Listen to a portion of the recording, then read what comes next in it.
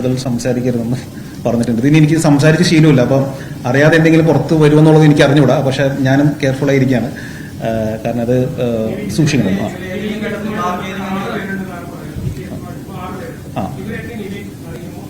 ഇതിനകത്ത് പറയുന്ന ഒരു വ്യക്തിനെ അറിയാം. അദ്ദേഹം അതാണ് പേര് പറയാമെന്ന് എനിക്കറിയില്ല, അതുകൊണ്ട് ഞാൻ പറയാണ്. ഒരു വ്യക്തിനെ അറിയാം. ആ വ്യക്തി സിനിമയിൽ, മലയാള സിനിമയിൽ ഒരുപാട് പേർക്ക് ഫണ്ട് ചെയ്യുന്ന ആളാണ്. ഞാനും പുള്ളിയുടെ നിന്ന് ഫണ്ട് മേടിച്ച് സിനിമകൾ ചെയ്തിട്ടുണ്ട്. മലയാള സിനിമയിൽ ഒരുപാട് പേര് പുള്ളിയുടെ നിന്ന് ഫണ്ട് മേടിച്ച് ചെയ്യുന്ന ഒരാളാണ്. അങ്ങനത്തെ ഒരു ബന്ധം മാത്രമേ എനിക്ക് പുള്ളിയായിട്ടുള്ളൂ.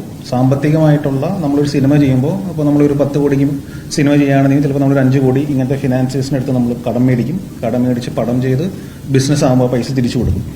അപ്പം അങ്ങനെ ഒരു പ്രൊസീജിയറിൽ നമ്മൾ ഒരുപാട് പേരുടെ നിന്ന് പൈസ മേടിച്ചിട്ടാണ് മലയാള സിനിമയിൽ എല്ലാവരും പടം ചെയ്യുന്നത്. അപ്പം അങ്ങനത്തെ മലയാള സിനിമയ്ക്ക് ഫണ്ട് ചെയ്യുന്ന ഒരാളാണ് അദ്ദേഹം. അങ്ങനത്തെ ഒരു ബന്ധം മാത്രമേ എനിക്ക് പുള്ളിയായിട്ടുള്ളൂ, അല്ലാതെ പേഴ്സണലി വേറെ ബന്ധങ്ങളില്ല.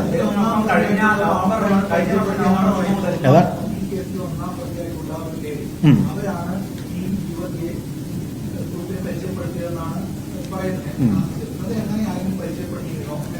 ഇല്ല, എനിക്ക് ഒന്നാം പ്രതി ആരാന്ന് പറഞ്ഞൂടാ, ബാക്കിയുള്ളവർ ആരാന്ന് പറഞ്ഞൂടാ. ഇല്ല, എനിക്ക് അറിയില്ല. ഇല്ല.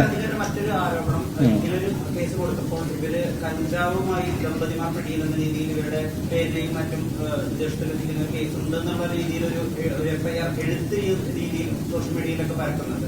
അപ്പൊ അങ്ങനെ ഒരു വാർത്ത അറിഞ്ഞിരുന്നോ? അല്ല, അത് പോലീസ് അന്വേഷിക്കേണ്ട കാര്യമാണല്ലോ. അങ്ങനെ അവരുടെ ബാക്ക് ഡ്രോപ്പ് എന്താണെന്നുള്ളത് അവരാണ് അന്വേഷിക്കേണ്ടത്. എനിക്കറിയില്ല. എനിക്ക് ഇവരെ കുറിച്ച് അറിഞ്ഞുകൂടാ. ഇവരാരാന്ന് പറഞ്ഞുകൂടാ. ഇവരെ ഞാനങ്ങനെ പേഴ്സണലി കണ്ടോ അല്ലെങ്കിൽ സംസാരിച്ചോ അല്ലെങ്കിൽ ഇന്ററാക്ട് ചെയ്തോ മെസ്സേജ് അയച്ചോ ഫോൺ വിളിച്ചോ വാട്സപ്പ് ചെയ്തോ ഒന്നും ഒരു രീതിയിലും ബന്ധമില്ലാത്ത ഒരു ഇതാണ്. പിന്നെ ഞാൻ പലയിടത്തും പോകുമ്പോൾ ഒരുപാട് പേര് എൻ്റെ അടുത്തൊന്ന് സെൽഫി എടുക്കാറുണ്ട്. അത് നമ്മളൊരു സിനിമയിൽ അഭിനയിക്കുന്ന ഒരാളായതുകൊണ്ട് എൻ്റെ അടുത്ത് സെൽഫി, അങ്ങനെ വല്ല സെൽഫി ഫോട്ടോ ഉണ്ടോ എന്നുള്ളത് അറിഞ്ഞുകൂടാ. അത് നമുക്ക് നോ പറയാൻ പറ്റാത്ത കാര്യമാണ്. അല്ലാതെ ഉള്ള ഒരു രീതിയിലുള്ള കണക്ഷനും ഈ പറയുന്ന പെൺകുട്ടിയായിട്ട് എനിക്കില്ല.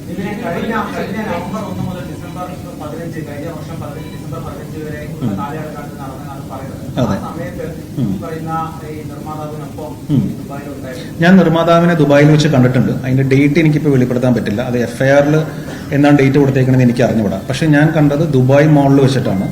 ദുബായ് മോളിൽ വെച്ച് ഇദ്ദേഹത്തിന്റെ ഒരു സുഹൃത്തായ റാഫേൽ എന്ന് പറഞ്ഞ ഒരു സുഹൃത്തിനെ പരിചയപ്പെടുത്തിയതാണ്. പുള്ളി ദുബായിലുള്ള പുള്ളിയാണ്. പുള്ളിക്ക് നമ്മൾ ചെയ്യാൻ ഉദ്ദേശിക്കുന്ന സിനിമയിൽ 50% ഫണ്ട് ഇടാൻ വേണ്ടിയിട്ട് റാഫേലിന്റെ കുടുംബവും കൂടി ഉണ്ടായി.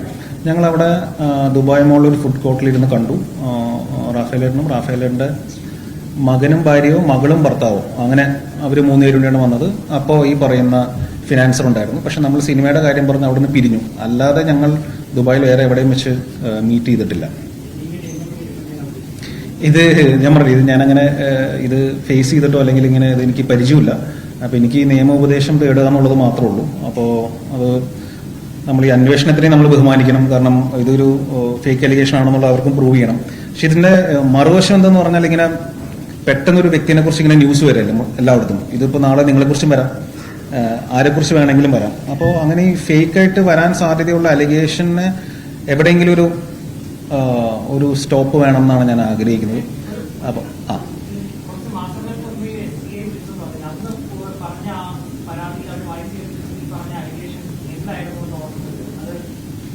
അത് എനിക്ക്, അതാണ് ഞാൻ പറഞ്ഞത്, അതെനിക്കിപ്പോൾ ഇവിടെ വെച്ച് സംസാരിക്കാമോ എന്ന് എനിക്ക് അറിഞ്ഞൂടെ. ഞാൻ അഡ്വക്കേറ്റായിട്ട് ചോദിച്ചിട്ട് ഇപ്പോഴത്തെ അലിഗേഷൻ എന്താണെന്നുള്ളത് ഞാൻ വായിച്ചില്ല. അന്ന് എന്നെ ഫോണിൽ ജസ്റ്റ് പറഞ്ഞൊരു സാധനം മാത്രമേ ഉള്ളൂ. അപ്പോൾ ഒരു രീതിയിലും ബന്ധമില്ലാത്തൊരു അലിഗേഷൻ ഇതെന്താ ഇങ്ങനെ വരുന്നതെന്ന് എനിക്ക് മനസ്സിലായി. അപ്പോൾ സിഎനോട് പറഞ്ഞത് ടെൻഷൻ അടിക്കേണ്ട കാര്യമില്ല, ഇത് ഇങ്ങനെ വരുന്നതാണ്. അത് നമ്മുടെ അന്വേഷണത്തിൽ ഇതിൽ വാസ്തവമില്ലാന്ന് ഞങ്ങൾക്ക് മനസ്സിലായി എന്ന് പറഞ്ഞു. ഏതാ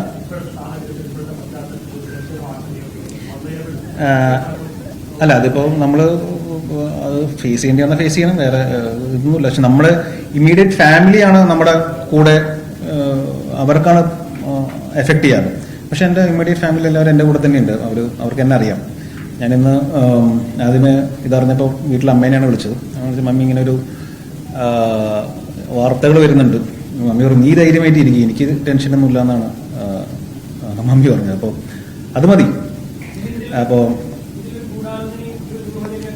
ഉണ്ട് അത് ഞാൻ പറഞ്ഞാണ്. ഇതിന്റെ നിയമത്തിന്റെ ഏതറ്റം വരെ പോകാൻ പറ്റുമോ അറ്റം വരെ ഞാൻ പോകും, ഞാൻ ഫൈറ്റ് ചെയ്യും, ഞാനിത് അത് ഞാൻ ചെയ്തിരിക്കും. അത് എനിക്ക് വേണ്ടി മാത്രമല്ല, നാളെ ഇതേപോലെ വരാൻ സാധ്യതയുള്ള അലിഗേഷൻ വരാൻ സാധ്യതയുള്ള അല്ലെങ്കിൽ ഡിഫെം ചെയ്ത് ഒരു വ്യക്തിത്വത്തെ നശിപ്പിക്കാൻ സാധ്യതയുള്ള എല്ലാവർക്കും വേണ്ടിയാണ് ഞാൻ നിൽക്കുന്നത്. അത് സിനിമയിലുള്ള ആർക്ക് വേണമെങ്കിലും വരാം, സിനിമയിലുള്ള ഇല്ലാത്തവർക്കും വരാം, മീഡിയക്കാർക്കെതിരെ വരാം, രാഷ്ട്രീയക്കാർക്കെതിരെ വരാം.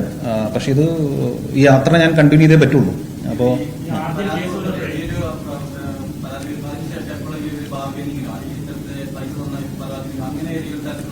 ഇല്ല, എന്നെ കോണ്ടാക്ട് ചെയ്തിട്ടേ ഇല്ല, ഞാനും കോണ്ടാക്ട് ചെയ്തിട്ടില്ല. അതേ പറഞ്ഞു, ഞാൻ ഇതുവരെ അങ്ങനെ സംസാരിക്കുകയോ മെസ്സേജ് അയക്കുകയോ അല്ലെങ്കിൽ വാട്സപ്പ് ചെയ്യോ അങ്ങനെ.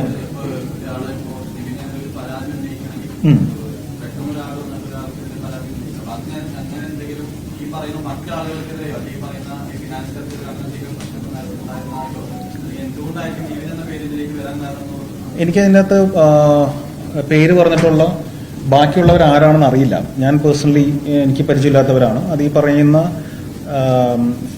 സിനിമയിൽ ഫിനാൻസ് ചെയ്യുന്ന പുള്ളിയുടെ സുഹൃത്തുക്കളാണോ എന്ന് പോലും എനിക്ക് അറിഞ്ഞുകൂടാ. ഒരുപാട് പേരുടെ പേരുകൾ അതിൻ്റെ അകത്ത് ഉണ്ടെന്നുള്ളൂ. അത് അവരാണ് അതിന്റെ മറുപടി പറയേണ്ടത്. എനിക്കറിയാവുന്ന കാര്യങ്ങളെ പറയാൻ പറ്റുള്ളൂ.